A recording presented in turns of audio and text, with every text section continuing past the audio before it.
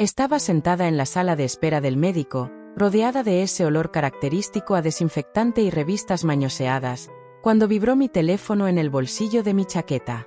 Era mi hija única, Ana, y su voz al otro lado de la línea sonaba distante, casi gélida, como un viento invernal que se cuela por una ventana mal cerrada. Mamá, nos vamos de viaje mañana a Madrid. Tu casita junto al mar y tu viejo coche ya los vendí. Lo necesitábamos para el dinero. Adiós. Y cortó la llamada de golpe, sin un te quiero, sin una explicación que suavizara el golpe, dejando solo el eco de su frialdad resonando en mi oído. 45 años dedicados a criarla, sacrificándome día tras día, renunciando a sueños propios para que ella pudiera volar, y ahora me descartaba como un objeto inservible, como un mueble viejo que se deja en la acera para que lo recoja el camión de la basura. Pero inhalé hondo, sintiendo como el aire llenaba mis pulmones con una calma inesperada, y una sonrisa sutil se dibujó en mis labios, porque había un secreto profundo, un tesoro oculto que mi adorada hija ignoraba por completo, algo que cambiaría el curso de esta traición. Me llamo Carmen, tengo 71 años, y hasta ese instante creía conocer a mi hija como la palma de mi mano, cada gesto suyo, cada capricho, cada sueño que había nutrido con mi propio esfuerzo. Había enviudado hacía 6 meses, un vacío que aún dolía como una herida fresca. Mi esposo, Javier, falleció de un infarto repentino mientras compartíamos el desayuno en nuestra pequeña cocina, como cada mañana durante 45 años de matrimonio, un ritual que era nuestro ancla en el mundo. Esa fatídica mañana, me sirvió un café con leche humeante y unas tostadas con tomate rallado y aceite de oliva virgen, ese sabor tan nuestro, tan español. Como siempre, se inclinó para besarme en la frente con esa ternura que nunca se desvaneció, y murmuró: «Buenos días, mi vida, que hoy sea un día lleno de luz para ti». Fueron sus palabras finales, un adiós inadvertido que se clavó en mi alma como una espina eterna. Desde entonces, Ana había estado más cerca de mí, o al menos eso suponía yo en mi ingenuidad de madre. Venía a verme 3 veces por semana, trayendo flores del mercado o un pastel de la pastelería de la esquina, ayudándome con los papeles del entierro que se acumulaban como montañas de burocracia impersonal, acompañándome al mercadillo donde comprábamos frutas frescas y charlábamos con los vendedores de siempre. Hasta me insistió en que fuera al médico para un chequeo general, preocupada por mi salud tras la pérdida. «Mamá, tienes que cuidarte más ahora que estás sola, no puedes descuidarte así», me decía con esa sonrisa que yo interpretaba como un gesto de cariño filial genuino, pero que ahora, con la perspectiva del dolor, veo como una máscara de mera conveniencia, un cálculo frío disfrazado de afecto. La casita junto al mar había sido nuestro santuario durante décadas, un rincón de paz en la costa andaluza donde el rumor de las olas curaba cualquier herida. Javier y yo la compramos con mucho sudor y ahorro cuando Ana tenía apenas 15 años, renunciando a vacaciones lujosas o caprichos innecesarios para hacer realidad ese sueño familiar. Cada verano nos escapábamos allí, tejiendo recuerdos imborrables, barbacoas al atardecer con el sol tiñendo el horizonte de naranjas y rosas, festejando cumpleaños con tartas caseras y velas que parpadeaban con la brisa marina, celebrando nochebuenas con villancicos y el olor a turrón flotando en el aire. Ana traía a sus novios adolescentes, luego a Miguel, su marido, y yo, con manos incansables, cocinaba paellas para todos, limpiaba la arena que se colaba por las ventanas, lavaba la ropa impregnada de sal. Era nuestra tradición, el hilo invisible que nos unía como familia, un legado de amor y esfuerzo compartido. Jamás imaginé que para ella solo representara billetes fríos, una transacción rápida para financiar sus ambiciones egoístas. Y el coche, ese viejo Seat que Javier mimaba como a un hijo querido, con su carrocería desgastada pero llena de historias. Lo lavaba cada domingo por la mañana, frotando con esmero bajo el sol de barrio, le cambiaba el aceite con una devoción casi religiosa, lo aparcaba siempre en la misma esquina bajo la sombra protectora del olivo centenario que crecía en nuestra calle. Ana sabía perfectamente lo que ese coche significaba para mí. Era el último rastro tangible de Javier, su esencia aún impregnada en los asientos de cuero agrietado, el eco de sus risas en los viajes familiares, el olor a tabaco suave que a veces fumaba en secreto. Era más que un vehículo, era un pedazo de nuestra vida juntos. Cuando cortó la llamada, me quedé allí, inmóvil en esa silla de plástico verde e incómoda, rodeada de otros pacientes con sus achaques y preocupaciones, el zumbido de las luces fluorescentes y el murmullo de conversaciones ajenas. Por primera vez en meses, no derramé una lágrima. En cambio, algo se removió en mi interior, una serenidad profunda que no había sentido desde la partida de Javier, como si una niebla se disipara revelando un camino claro. Porque en ese preciso momento, recordé algo que había sepultado en el olvido entre el luto y el caos cotidiano.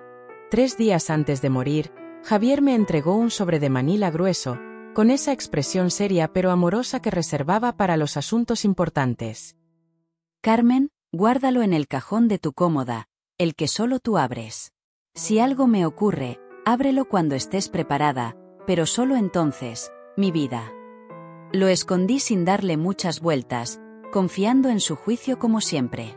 Tras el entierro, con el dolor que me consumía como un fuego lento y los trámites que se apilaban como una avalancha, se me borró de la mente por completo. Pero allí seguía, paciente, esperándome en casa como un guardián silencioso. La enfermera me llamó para pasar a la consulta, rompiendo mi ensimismamiento. El doctor me revisó con meticulosidad, palpando aquí y allá, escuchando mi corazón con el estetoscopio frío contra la piel.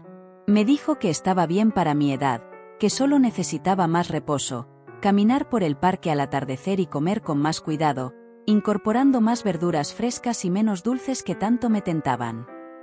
Yo asentía y sonreía mecánicamente, pero mi cabeza volaba lejos, hacia ese sobre misterioso, hacia la frialdad hiriente de la voz de Ana, hacia cómo Miguel seguramente orquestaba todo desde las sombras con su ambición voraz. Él nunca me tragó del todo, siempre me vio como un lastre en su camino, un obstáculo para sus planes grandiosos. Salí de la consulta y caminé despacio hasta la parada del autobús, sintiendo el sol de media mañana calentando mis hombros encorvados por el peso de la traición. Ya no tenía coche, según las palabras crueles de Ana, pero mientras esperaba el autobús, una sonrisa sutil se me escapó de nuevo, involuntaria pero liberadora. Había poesía en esta ironía amarga, un giro del destino que me hacía sentir viva de nuevo. Mi hija pensaba que me había dejado en la absoluta ruina, despojada de todo, pero lo que ignoraba era que Javier, mi querido Javier, siempre había sido un hombre con visión de futuro, un protector silencioso que velaba por nosotras incluso más allá de la muerte. El autobús llegó con su traqueteo familiar, y me acomodé junto a la ventana, dejando que el vidrio fresco apoyara mi sien. Vi desfilar la ciudad, las casas bajas con balcones llenos de geranios, las tienditas de barrio con sus toldos rayados, la gente afanada en sus rutinas diarias, cada uno cargando sus propios dramas ocultos, sus secretos enterrados bajo capas de normalidad. Yo también tenía los míos, y estaba a punto de desenterrarlos, de desatar una tormenta que cambiaría todo. Al llegar a casa, subí directo a mi dormitorio, ignorando el silencio opresivo que ahora llenaba cada rincón sin la presencia de Javier. Abrí el cajón de la cómoda con manos que temblaban ligeramente por la anticipación, y allí estaba el sobre, intacto, polvoriento pero cargado de promesas. Lo sentí pesado en mis palmas, como si contuviera no solo papeles, sino el peso de una vida entera. Javier había escrito mi nombre con su caligrafía pulcra y elegante en el frente, esa letra que tanto amaba por su precisión amorosa. Me senté en la cama que habíamos compartido tantos años, sintiendo el colchón hundirse bajo mi peso, y respiré hondo, inhalando el aroma familiar de la habitación que aún guardaba ecos de su colonia. Afuera, el atardecer teñía la casa de sombras alargadas y conocidas, esas que antes me aterrorizaban en la soledad pero que ahora parecían aliadas en mi resolución. Abrí el sobre con delicadeza, rasgando el sello como si desenvolucara un regalo de cumpleaños precioso y frágil. Lo que hallé dentro lo transformaría todo, me dejaría sin aliento en un torrente de emociones encontradas. Sorpresa, gratitud, ira contenida. Documentos legales impecables, escrituras detalladas, extractos bancarios con cifras que bailaban ante mis ojos, y una carta manuscrita por Javier, su letra familiar trayendo lágrimas instantáneas a mis ojos empañados. Mi querida Carmen, si lees esto, significa que ya no estoy a tu lado para protegerte como siempre quise. Perdóname por no contártelo todo en vida. Quería ahorrarte preocupaciones innecesarias, dejar que disfrutaras de la vida sin el peso de las finanzas sobre tus hombros delicados. A lo largo de estos años de trabajo duro y ahorros modestos, invertí todo con astucia, en propiedades y negocios que crecieron en silencio. No solo tenemos la casita junto al mar que tanto amamos, hay otras 6 más, dispersas por barrios tranquilos y zonas en desarrollo, incluyendo el bloque entero donde vive Ana con Miguel. También acciones en 3 empresas sólidas que valen más de lo que jamás imaginamos en nuestras noches de conversaciones bajo las estrellas. Eres rica, mi vida. Siempre lo fuiste en espíritu y en corazón, pero ahora lo eres en papeles también, con la seguridad que mereces. Mis manos temblaron al revisar los documentos uno por uno, sintiendo el papel crujir bajo mis dedos, cada página revelando un secreto mayor que el anterior. Escrituras de casas acogedoras en distintos barrios de la ciudad, un piso luminoso en el centro con vistas a la plaza principal, un hostalito encantador en la costa con habitaciones que olían a sal y libertad, y, sí, el bloque de 20 plantas donde vivía mi hija, un edificio moderno que Javier había adquirido en la sombra durante los últimos 10 años, todo bajo el nombre de una empresa que yo desconocía por completo. Según los papeles, yo era la única heredera absoluta de esa empresa, la dueña indiscutible de un imperio construido con paciencia y visión. También había cuentas bancarias que ignoraba por completo, con cifras que parecían de otro mundo, números que se extendían como promesas de estabilidad eterna. Javier había sido conductor de autobús durante 40 años, un hombre humilde ante los ojos del mundo, pero al parecer un inversor astuto y discreto que multiplicaba cada euro ahorrado, cada sacrificio que hacíamos en silencio, renunciando a lujos para asegurar un futuro. En la carta, explicaba con detalle que lo mantuvo en secreto para no agobiarme con preocupaciones financieras, ni que Ana supiera nuestra verdadera situación económica, porque temía que el dinero corrompiera su corazón. ¿Conoces a nuestra hija, Carmen? Si supiera de nuestro dinero, podría cambiar su actitud, volverse dependiente o interesada. Quiero que nos quiera por quienes somos, no por lo que poseemos, por el amor puro que hemos construido. ¡Qué ironía cruel! Nuestra hija nos creía en la miseria absoluta cuando en realidad teníamos un tesoro vasto y bien guardado, un legado de previsión y amor. Esa noche no pegué ojo, el insomnio me envolvió como una manta pesada. Recorrí la casa en penumbras, tocando los muebles viejos con dedos que evocaban recuerdos, la mesa donde cenábamos en familia, los adornos que Ana siempre tachaba de pasados de moda con ese tono despectivo que ahora me dolía como una puñalada. Miré las fotos familiares colgadas en la pared, deteniéndome en esa donde ella, con 5 años y rizos desordenados, reía a carcajadas sentada en las rodillas de Javier, sus ojos brillantes de inocencia pura. ¿Dónde se había perdido esa niña dulce, esa chispa de alegría desinteresada? ¿Cuándo se volvió tan fría, tan calculadora, tan dispuesta a sacrificar el amor por ambiciones efímeras? Al amanecer, cuando los primeros rayos de sol se filtraban por las persianas, sonó el teléfono con insistencia.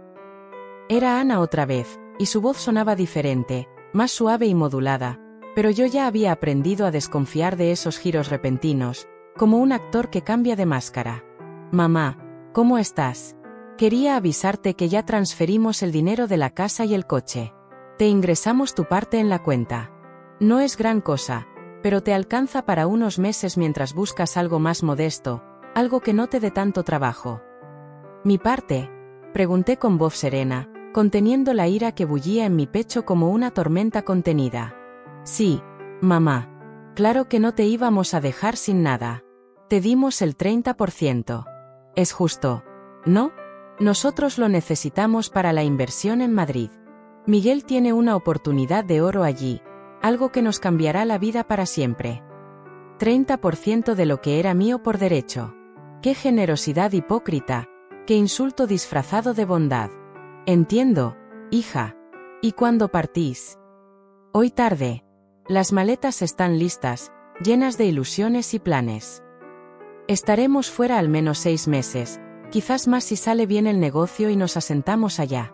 Pero tranquila, mamá, al volver te ayudamos a encontrar un pisito pequeño, algo a tu medida, cómodo y sin escaleras que te fatiguen. A mi medida, como si ella supiera mis necesidades verdaderas, como si me viera como una anciana frágil en lugar de la mujer fuerte que había sido su pilar. Veo, Ana. Buen viaje, que el camino sea amable. Ay, mamá, sabía que lo entenderías.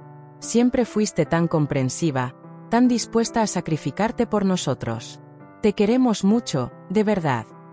Y cortó, dejando un silencio que pesaba como plomo. Me quedé con el auricular en la mano, el pitido de la línea muerta resonando, y, por primera vez en meses, me eché a reír a carcajadas, un sonido liberador que llenó la habitación vacía. Reí como no lo había hecho desde que Javier partió, desde aquellas noches en que contábamos chistes absurdos hasta que las lágrimas nos corrían por las mejillas. La absurdidad de la situación era cómica, casi tragicómica.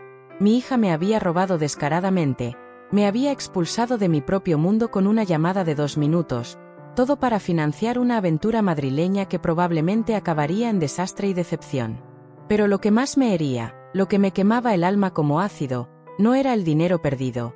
Era la facilidad con la que me había borrado de su vida, como si 45 años de dedicación, de noches en vela por sus fiebres, de ahorros para sus estudios, de amor incondicional, no valieran nada, reducidos a una transacción fría y calculada. Revisé mi cuenta bancaria en línea con dedos que aún temblaban de la risa contenida. Efectivamente, habían ingresado una suma que para ellos parecía magnánima, un gesto de caridad, pero para mí era una burla cruel, una fracción insignificante de lo que realmente valía. Habían vendido la casita por menos de su valor real, apurados por el efectivo rápido, y el coche de Javier lo malvendieron a algún comprador oportunista, sin respetar su historia ni su significado. Esa tarde, desde mi ventana con las cortinas entreabiertas, vi a Ana y Miguel cargando maletas en un taxi amarillo que esperaba en la calle empedrada. Él acarreaba 2 enormes valijas con esfuerzo, sudando bajo el sol vespertino. Ella, un bolso de diseño que parecía de lujo excesivo, probablemente comprado con mi dinero. Reían con complicidad, se besaban apasionadamente, soñaban planes grandiosos en voz alta, como adolescentes en su primera fuga romántica. Ni una sola mirada hacia mi ventana, ni un gesto de despedida, ni un atisbo de remordimiento. Cuando el taxi se alejó con un ronroneo del motor, me senté en la cocina con una taza de té humeante, los documentos de Javier desplegados sobre la mesa como un mapa de tesoros, y sentí una determinación férrea crecer en mi interior. Tenía que decidir mi próximo paso. Podía llamar a un abogado inmediatamente, reclamar lo que era mío por derecho, recuperar todo con la fuerza de la ley y exponer su fraude. Pero algo en mi intuición, esa voz interna que Javier siempre me animaba a escuchar, me susurraba que había una forma mejor, más instructiva, una lección que Ana necesitaba aprender no con palabras, sino con la dura realidad de las consecuencias. Llamé a Carlos, el abogado de confianza que había manejado los asuntos de Javier durante años. Había estado en el entierro, me dio el pésame con un abrazo sincero y me dijo que lo llamara si necesitaba algo, cualquier cosa. Ahora lo necesitaba más que nunca. Señora Carmen, qué alegría oírla después de tanto tiempo. ¿Cómo se encuentra en estos días difíciles? Bien, Carlos, o al menos intentándolo. Necesito verlo urgent. Encontré unos papeles de Javier que no entiendo del todo, y creo que son importantes. Por supuesto, venga mañana temprano a mi despacho. Estaré esperándola con un café listo.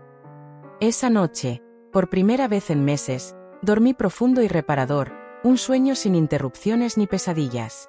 Soñé con Javier sentado en su sillón favorito, ese de tela desgastada por los años, leyendo el periódico matutino con sus gafas deslizándose por la nariz.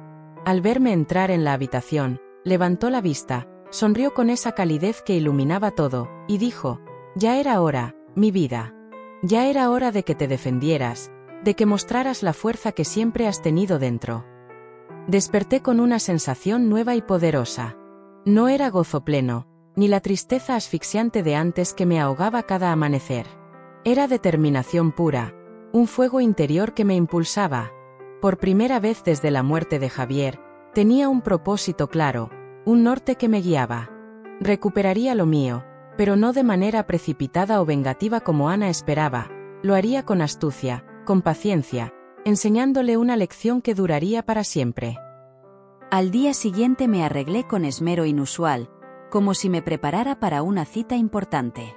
Me puse mi vestido granate favorito, el que Javier siempre decía que me hacía ver distinguida y elegante, realzando el color de mis ojos. Me peiné con cuidado, aplicando un toque de maquillaje sutil para disimular las ojeras del luto, y cuando me miré al espejo, vi a una mujer que había olvidado. Fuerte, resiliente, lista para la batalla. El despacho de Carlos estaba en el centro de la ciudad, en un edificio antiguo pero señorial, con suelos de mármol pulido que resonaban bajo mis pasos y ventanales amplios que dejaban entrar la luz natural. Me recibió con una sonrisa cálida y un abrazo paternal, pero al mostrarle los documentos, su rostro mudó de la cordialidad a la sorpresa absoluta. Señora Carmen, esto es, mucho más de lo que imaginaba posible. Javier era un verdadero genio de las finanzas, un hombre visionario. Mire, según estos papeles, usted es propietaria de un patrimonio impresionante. Lo sé, Carlos, ya los revisé con detenimiento anoche. Lo que quiero saber es qué puedo hacer legalmente para protegerlo y recuperarlo todo. Me explicó con detalle que todo era válido y legítimo, que yo era la dueña indiscutible de cada propiedad y cuenta. Confirmó lo que ya sospechaba con amargura: la venta de la casita era completamente ilegal, ya que Ana no tenía ningún derecho ese uso de confianza, si así lo desea.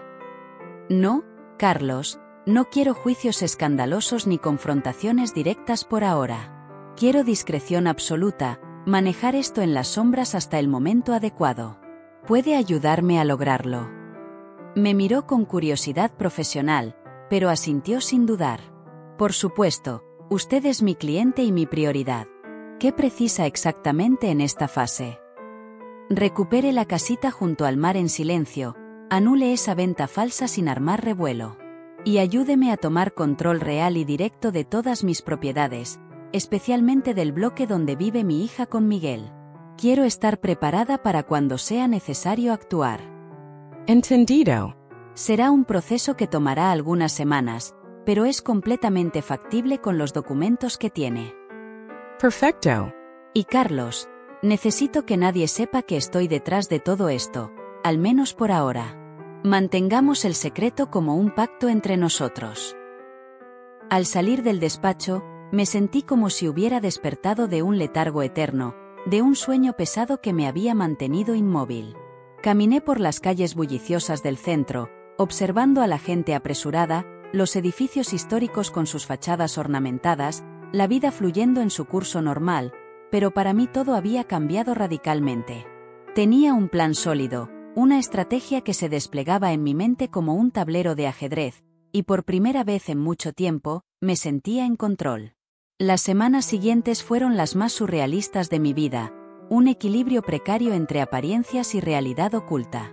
Oficialmente, era la viuda pobre y abandonada que todos en el barrio compadecían, la mujer que luchaba por sobrevivir con una pensión modesta. En secreto, era una mujer acaudalada orquestando silenciosamente la recuperación de su patrimonio, moviendo piezas con la precisión de un maestro. Carlos trabajaba con eficiencia impecable, llamándome cada pocos días con actualizaciones detalladas que me llenaban de una satisfacción callada. Decidí quedarme en mi casa mientras tanto, esa humilde morada llena de recuerdos que Ana probablemente esperaba que abandonara para terminar en una pensión barata y fría. Era mía después de todo, y no pensaba cederla. Cada mañana me despertaba con el primer sol, desayunaba en la misma mesa donde Javier y yo habíamos compartido tantos años de conversaciones íntimas y risas compartidas, y luego salía a caminar por el barrio, sintiendo el aire fresco en mi rostro.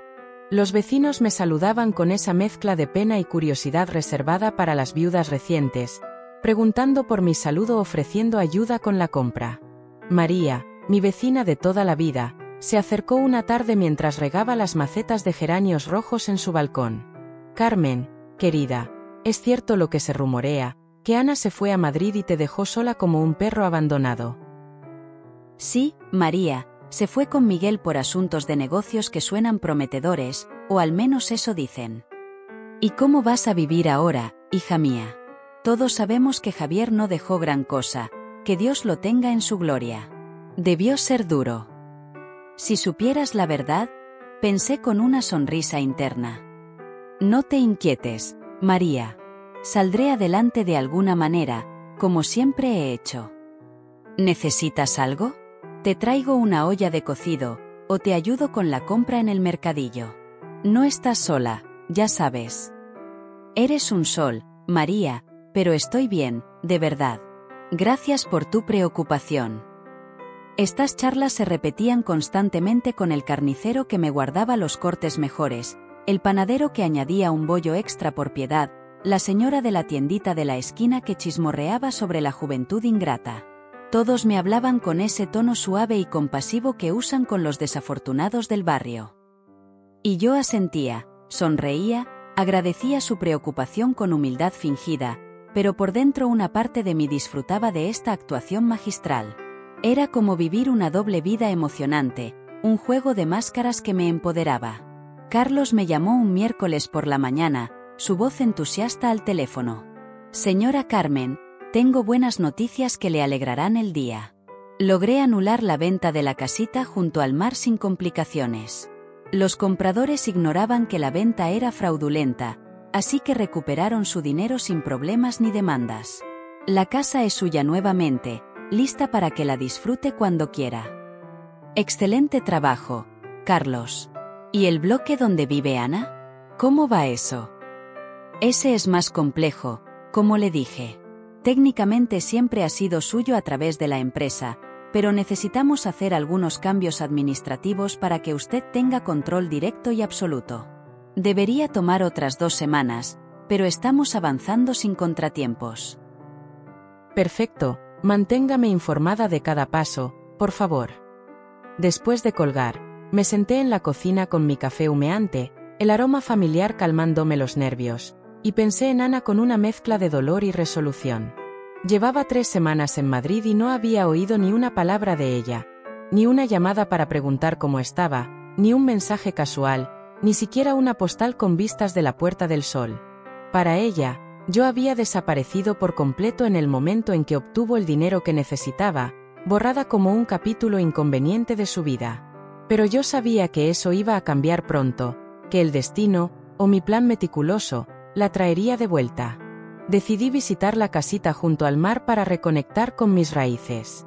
Tomé el autobús hacia la costa, el mismo recorrido que Javier y yo habíamos hecho cientos de veces, con el paisaje de olivos y campos desfilando por la ventana como recuerdos en movimiento. La casa estaba exactamente como la recordaba. Pequeña y acogedora, pintada de color crema con desconchones que contaban historias de tormentas pasadas, con una terraza que daba directamente al mar infinito. Los nuevos propietarios habían añadido algunas plantas en macetas coloridas, pero aparte de eso, todo estaba igual, como si el tiempo se hubiera detenido en nuestra felicidad pasada. Me senté en la acera de enfrente y la miré durante 1 hora entera, dejando que las olas rompiendo en la playa me arrullaran.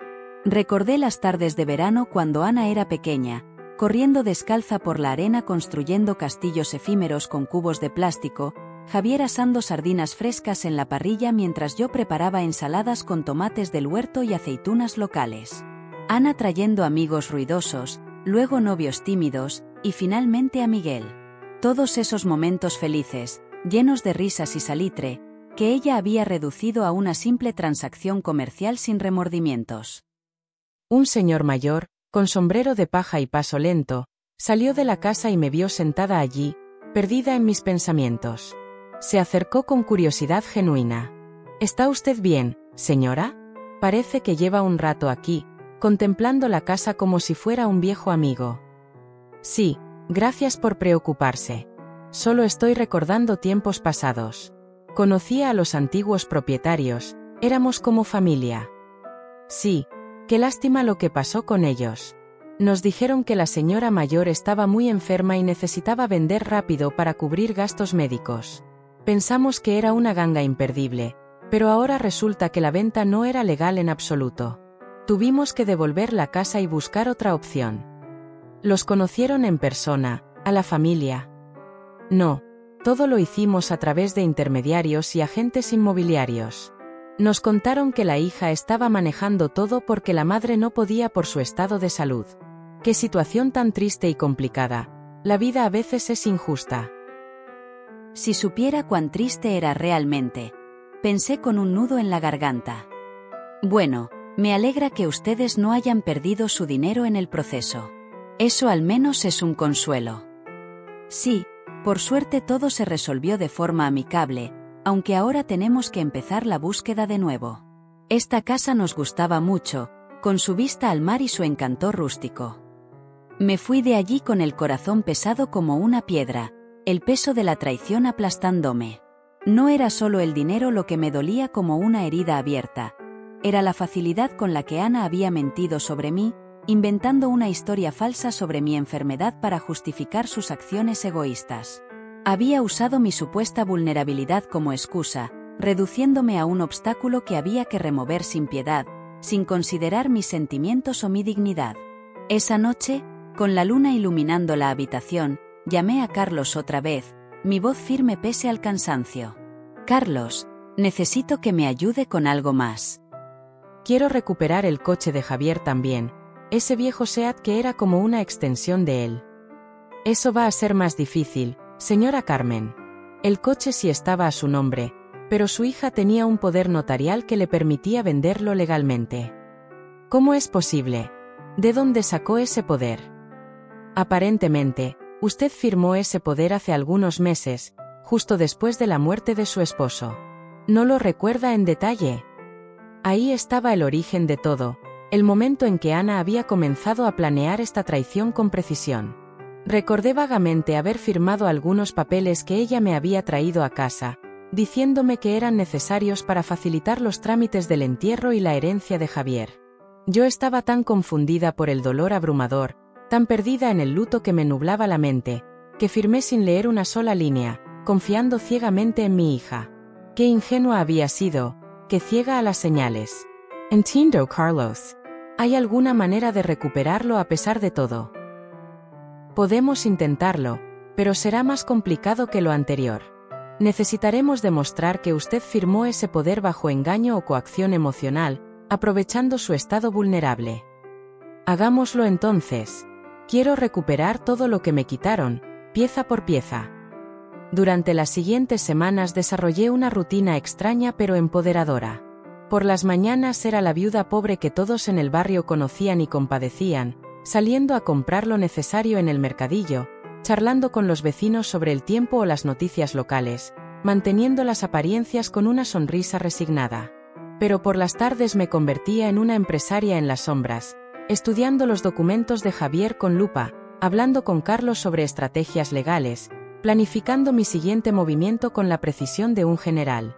Aprendí cosas sobre finanzas que nunca pensé que necesitaría saber: tasas de interés, valoraciones de propiedades, inversiones en acciones. Descubrí que Javier había sido mucho más inteligente de lo que yo creía, un hombre humilde que calculaba cada paso con maestría. El bloque donde vivía Ana, por ejemplo, no solo generaba rentas estables de los alquileres, sino que estaba en una zona que se estaba revalorizando rápidamente con nuevos desarrollos urbanos. También descubrí que Miguel, el marido de Ana, tenía deudas acumuladas como una bola de nieve, muchas deudas ocultas. Había pedido préstamos cuantiosos usando como garantía el piso donde vivían, sin saber que él no era el propietario real en absoluto. Cuando los bancos se dieran cuenta de esta irregularidad, iba a tener problemas serios, un escándalo que lo hundiría. Carlos me llamó un viernes con noticias importantes que aceleraron mi pulso. Señora Carmen, ya terminamos todos los trámites necesarios.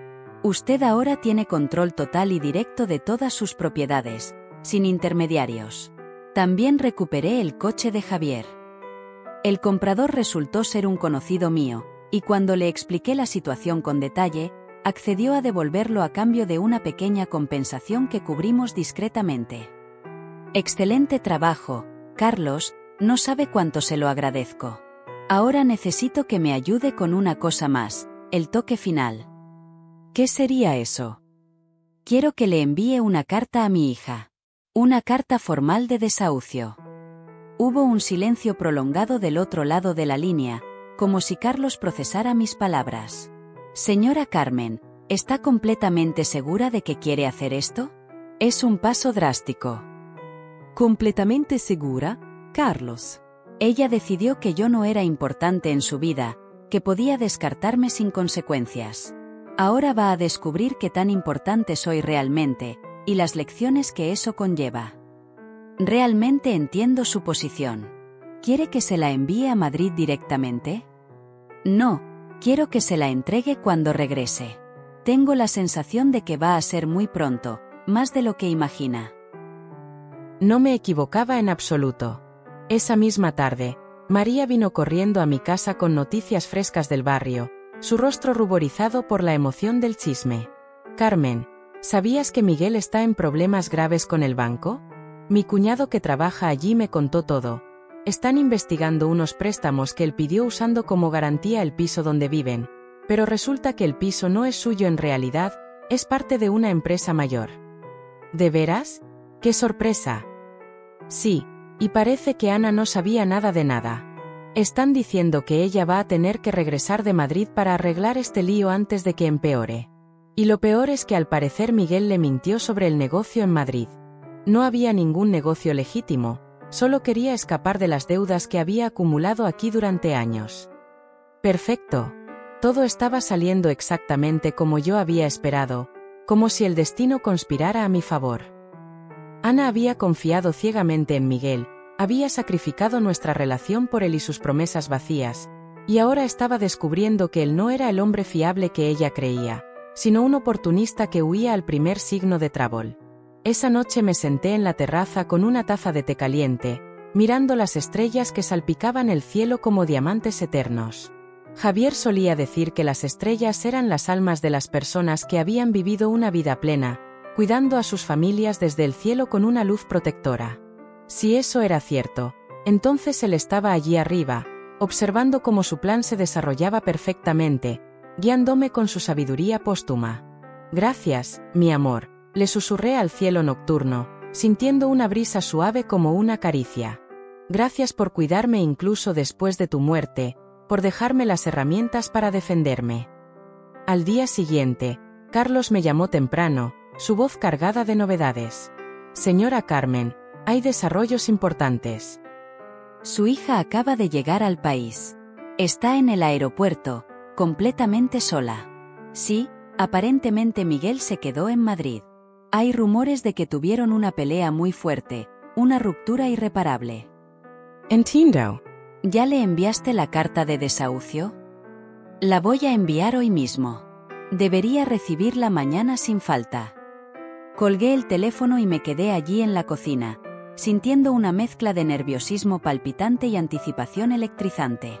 Después de tantas semanas de planificación silenciosa y paciente, finalmente había llegado el momento del primer movimiento real en este tablero.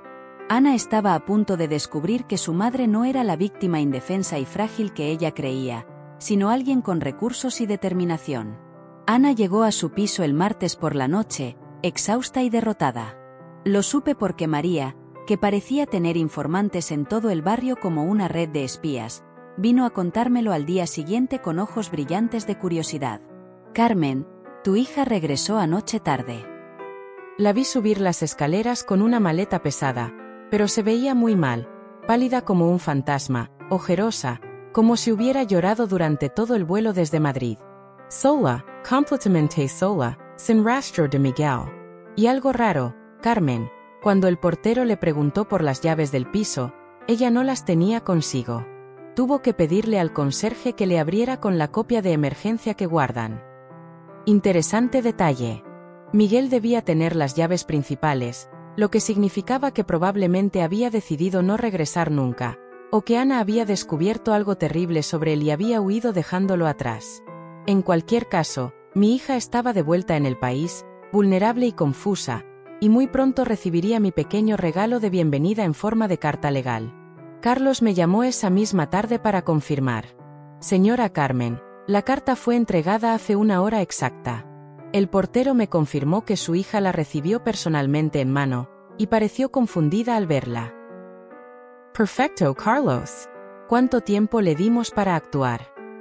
30 días para desalojar el departamento, como establecen las normas legales vigentes. Pero, señora Carmen, ¿está segura de que quiere seguir adelante con esto? Es su hija después de todo, Sangre de su sangre. Carlos, mi hija me echó de mi propia vida con una llamada telefónica de 2 minutos que aún me quema el alma. Me vendió mis cosas sin preguntarme, sin un ápice de remordimiento. Me trató como si fuera basura inservible, un estorbo en su camino al éxito. Ahora va a aprender que las acciones tienen consecuencias inevitables, y que el karma, o la justicia, siempre encuentra su camino. Entiendo su punto de vista. Solo quería asegurarme de que había considerado todas las implicaciones emocionales y legales. Las he considerado, Carlos, todas y cada una, durante noches enteras de insomnio. Esa noche no pude dormir, el excitamiento me mantenía despierta como un niño en vísperas de Navidad. Me quedé en la cama imaginando la cara de Ana cuando leyera la carta, la confusión inicial que arruga el entrecejo, luego la incredulidad que ensancha los ojos, y finalmente el pánico que acelera el corazón. Probablemente pensaría que era un error burocrático, que alguien estaba tratando de estafarla o confundirla, pero cuando llamara para verificar, descubriría que todo era completamente legal, irrefutable. Al día siguiente, como si hubiera estado esperando mi señal invisible, sonó el teléfono a las 8 de la mañana en punto. Era Ana, y su voz sonaba desesperada, quebrada por el llanto reciente.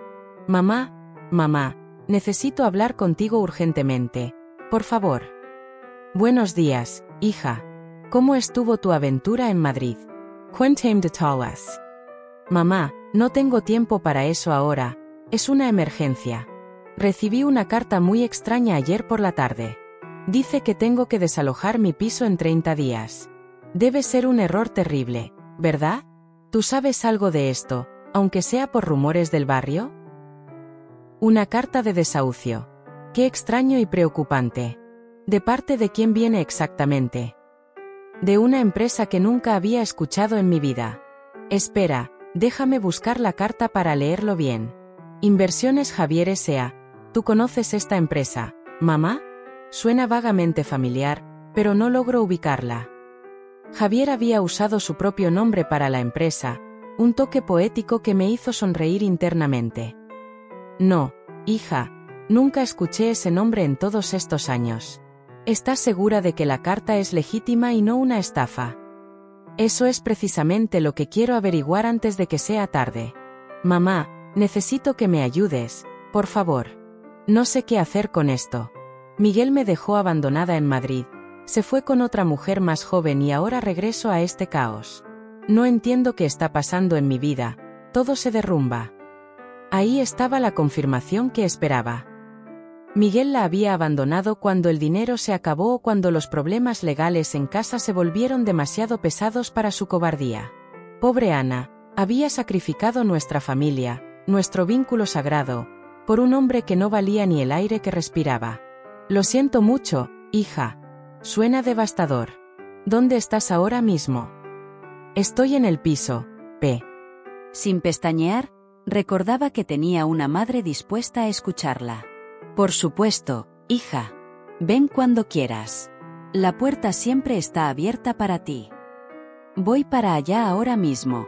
Gracias, mamá.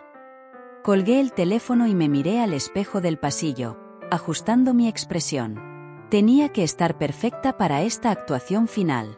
Me puse mi vestido gris más conservador, el que me hacía ver como la madre resignada y vulnerable, me recogí el cabello en un moño simple y practiqué mi expresión de preocupación maternal, esa que oculta la fuerza interior.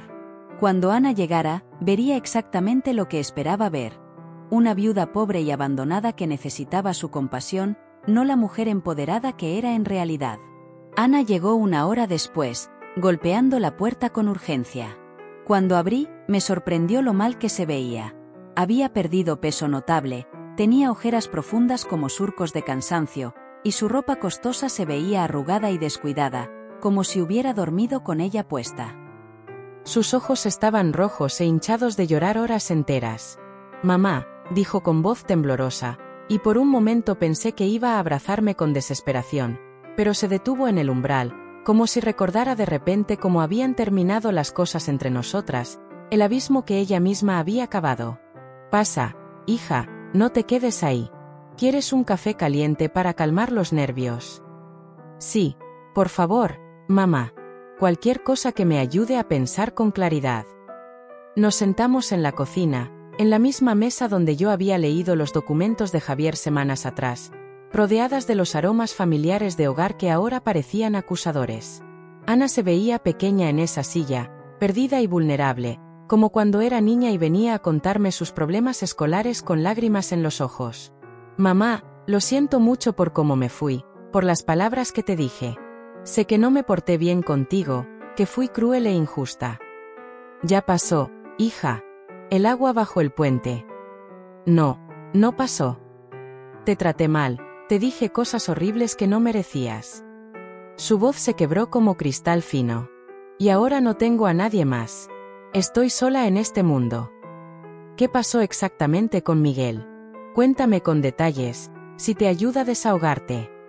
Se fue con una camarera de un hotel en Madrid, una chica de 25 años con sueños de grandeza. Resulta que nunca hubo ningún negocio real en Madrid. Todo era una mentira elaborada para escapar. Él solo quería huir de las deudas que había acumulado aquí, y usó el dinero de la venta de tu casa y el coche para financiar su aventura egoísta, su nueva vida sin responsabilidades. ¿Todas las deudas que mencionas? ¿Tan graves eran? Sí, mamá, muchas deudas ocultas que me mantuvo en secreto. Parece que había estado pidiendo préstamos durante años, usando como garantía el piso donde vivíamos, pero ahora me entero de que él no era el propietario real del piso. No entiendo cómo es posible, cómo pudo engañarme así. Aquí estaba mi oportunidad para sondear, para guiar la conversación. No sé, hija. Los asuntos de propiedades son muy complicados, llenos de trampas legales que uno no ve venir. El problema es que ahora los bancos me están persiguiendo a mí por las deudas de él. Dicen que como estábamos casados, yo también soy responsable legalmente. Y encima esta carta de desahucio que llegó como un rayo. Mamá, no sé qué hacer. No tengo dinero, no tengo trabajo estable, no tengo dónde vivir si me echan. Se puso a llorar con sollozos profundos, lágrimas reales de desesperación genuina que caían sobre la mesa como gotas de lluvia. Y por un momento, mi corazón de madre se ablandó como mantequilla al sol. Quise abrazarla con fuerza, consolarla como cuando era pequeña y se raspaba las rodillas, decirle que todo iba a estar bien porque yo lo arreglaría. Pero después recordé la frialdad glacial en su voz cuando me llamó desde el médico, la facilidad con la que me había descartado como una carga molesta, la manera en que me había hablado como si fuera un objeto desechable. ¿Has hablado con algún abogado sobre la carta de desahucio? Tal vez sea un error que se pueda corregir. No tengo dinero para un abogado, mamá. Gastamos todo el dinero en Madrid, en hoteles y comidas que ahora veo como derroche. Miguel se llevó lo poco que quedaba cuando se fue con esa mujer, me dejó en la ruina absoluta. ¿Y qué vas a hacer ahora, hija? ¿Tienes un plan? No lo sé. Pensé que tal vez podría quedarme contigo por un tiempo, solo hasta que encuentre trabajo y pueda conseguir un lugar pequeño para vivir, algo humilde. Ahí estaba la pregunta que yo había estado esperando con paciencia, el momento clave. Después de echarme de mi propia casa con frialdad, después de vender mis cosas sin un atisbo de culpa, después de tratarme como basura, ahora quería que la rescatara de las consecuencias de sus propias acciones egoístas. Por supuesto, hija. Esta siempre será tu casa, no importa qué. Ana me miró con sorpresa genuina, como si no hubiera esperado que fuera tan fácil después de todo el daño causado. ¿De verdad, mamá, después de todo lo que pasó entre nosotras? Eres mi hija, Ana. Eso no va a cambiar nunca, pase lo que pase.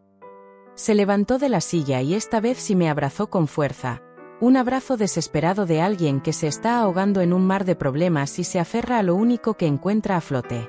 Yo la abracé también, sintiendo su cuerpo temblar contra el mío, pero no con el amor incondicional ciego de antes. Ahora había cálculo en mi abrazo, una estrategia cuidadosamente planeada, un propósito mayor. Gracias, mamá. Te prometo que voy a encontrar trabajo pronto.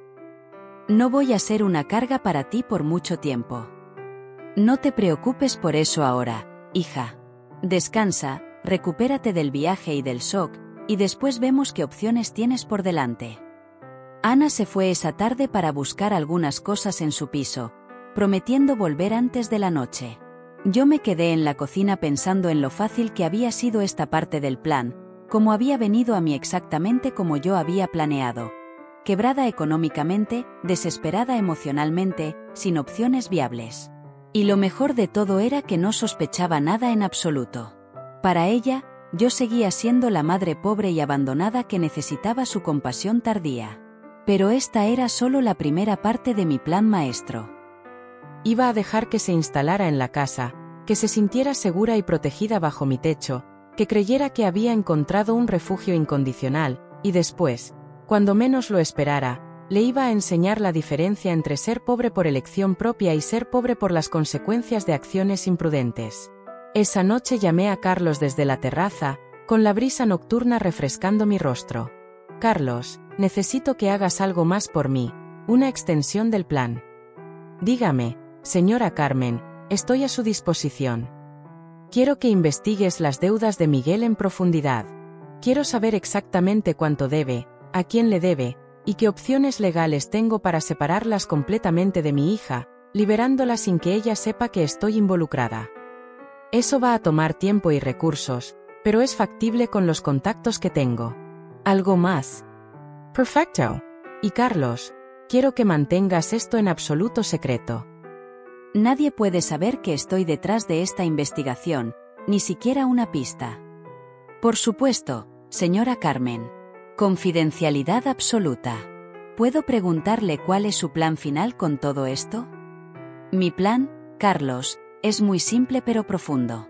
Voy a salvar a mi hija de este abismo, pero primero ella tiene que entender qué significa realmente tocar fondo, aprender de la dureza para valorar lo que tenía.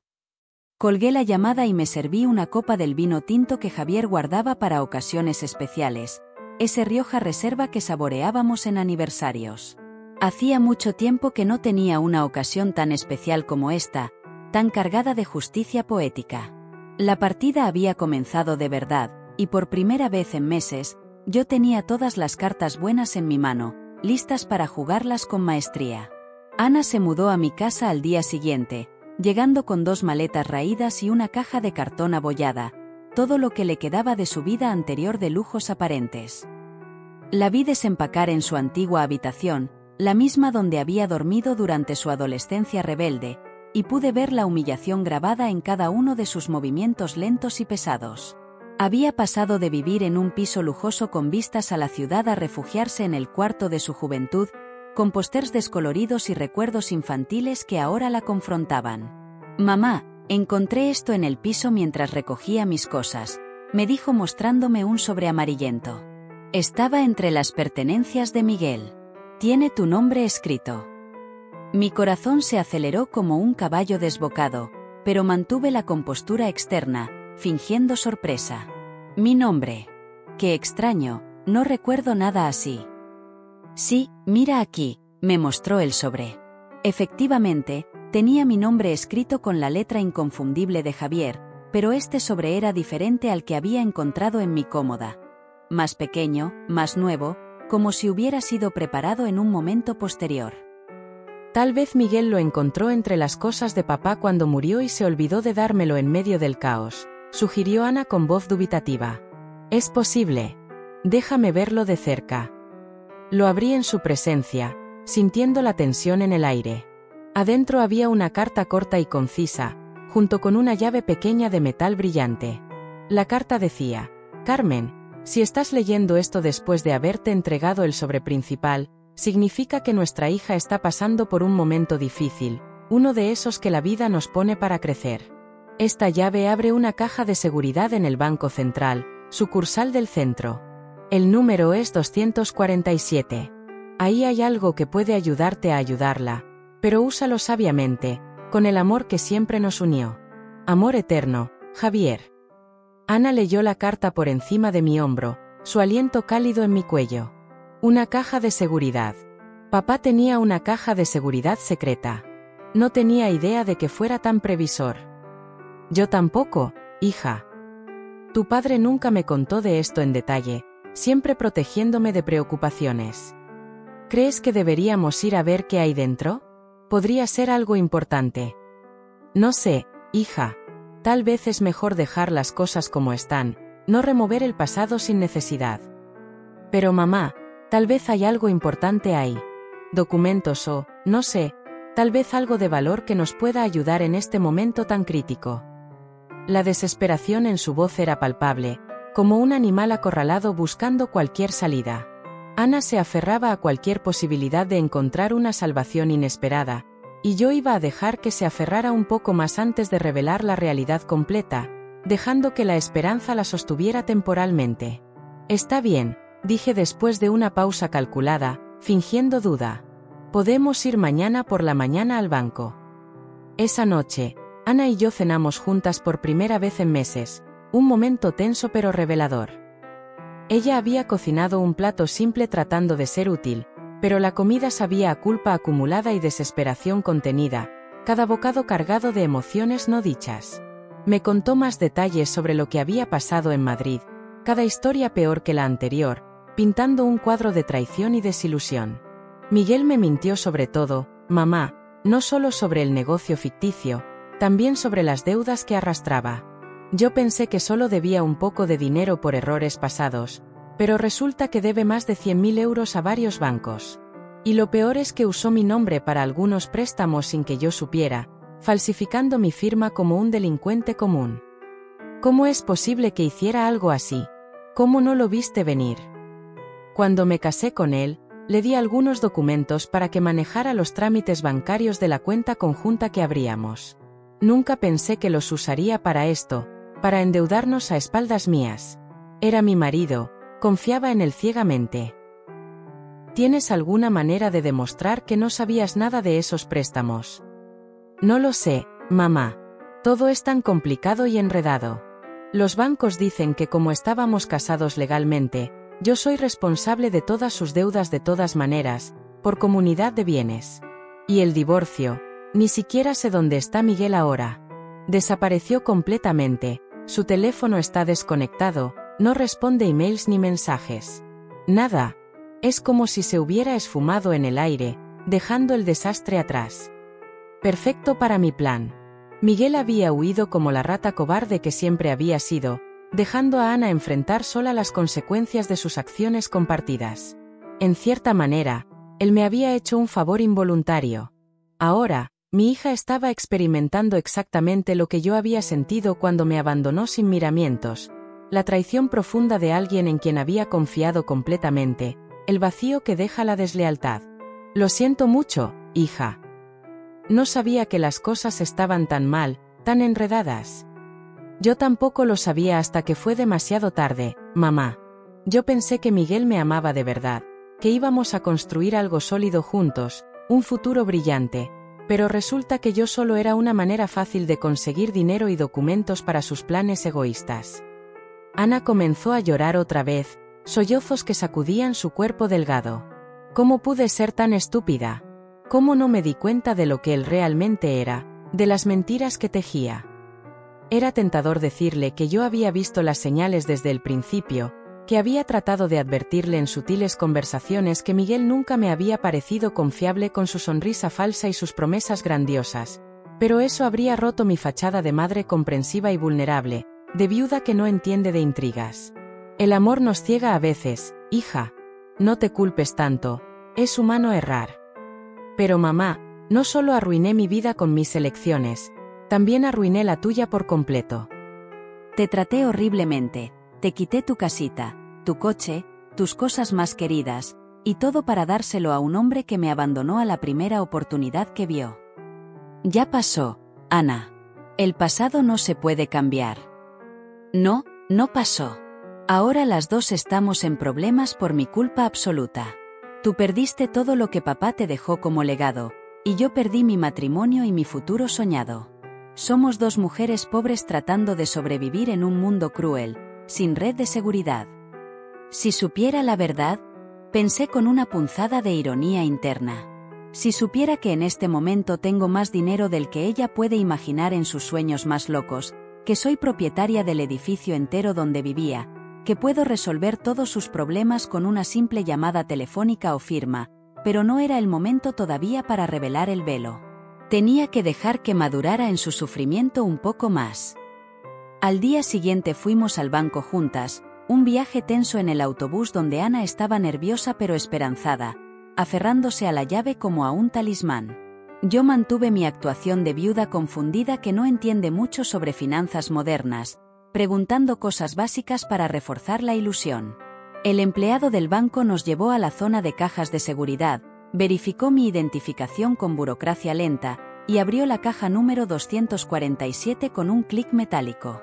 Adentro había joyas relucientes, muchas joyas, anillos con piedras preciosas que captaban la luz, collares elegantes, pulseras delicadas, pendientes que tintineaban.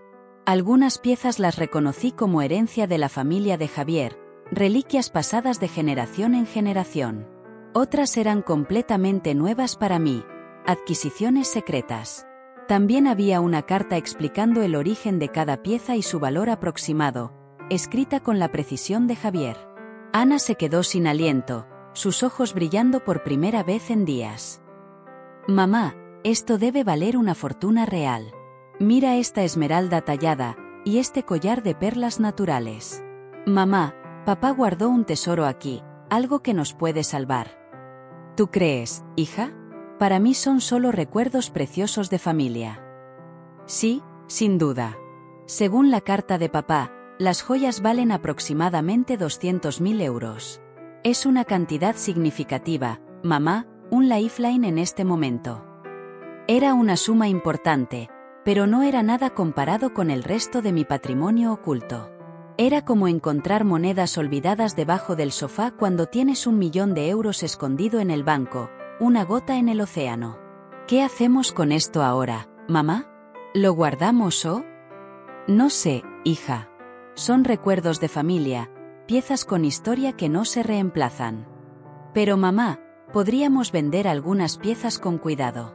Con este dinero podrías recuperar tu casita junto al mar, y yo podría pagar algunas de las deudas de Miguel que me persiguen». Ahí estaba otra vez la misma mentalidad. Incluso cuando encontraba algo valioso y sentimental, la primera reacción de Ana era pensar en cómo usarlo para solucionar los problemas que Miguel había creado con su imprudencia. No había aprendido nada todavía, no había internalizado la lección. ¿Estás segura de que quieres usar la herencia de tu padre, estos tesoros emocionales, para pagar las deudas de Miguel? Piénsalo bien. ¿Qué otra opción tengo, mamá? Si no pago algo pronto, los bancos van a embargar todo lo que tengo, y me dejarán en la calle. Piénsalo con calma, hija. Una vez que vendas estas joyas, no las vas a poder recuperar nunca, y con ellas se van los recuerdos asociados. Lo sé, pero ¿qué más puedo hacer en esta situación desesperada? No hay alternativas visibles. Nos llevamos las joyas a casa con cuidado, envueltas en paño suave. Ana las extendió sobre la mesa de la cocina y las examinó una por una, calculando con un lápiz y papel cuáles podría vender y cuáles conservar por valor sentimental. Era doloroso verla reducir décadas de historia familiar a números fríos en una hoja de papel, a transacciones impersonales. Mamá, creo que con esto podemos resolver los problemas más urgentes. No todos, pero al menos los más graves que amenazan con embargos inmediatos. ¿Y después qué, hija? ¿Qué plan tienes para el futuro? Después busco trabajo con ahínco, trato de reconstruir mi vida paso a paso, tal vez pueda encontrar un cuarto pequeño para alquilar, algo barato y modesto en un barrio periférico. No tienes que irte si no quieres, hija. Puedes quedarte aquí el tiempo que necesites para estabilizarte. No, mamá, ya abusé demasiado de tu bondad y paciencia. Además, tú también necesitas dinero para vivir. No puedes mantenerme indefinidamente con tu pensión limitada. Era fascinante ver cómo Ana había construido una imagen completamente falsa de mi situación financiera, viéndome como una viuda pobre que apenas podía mantenerse a sí misma, cuando en realidad tenía recursos suficientes para comprar el edificio entero donde habíamos encontrado las joyas, y más.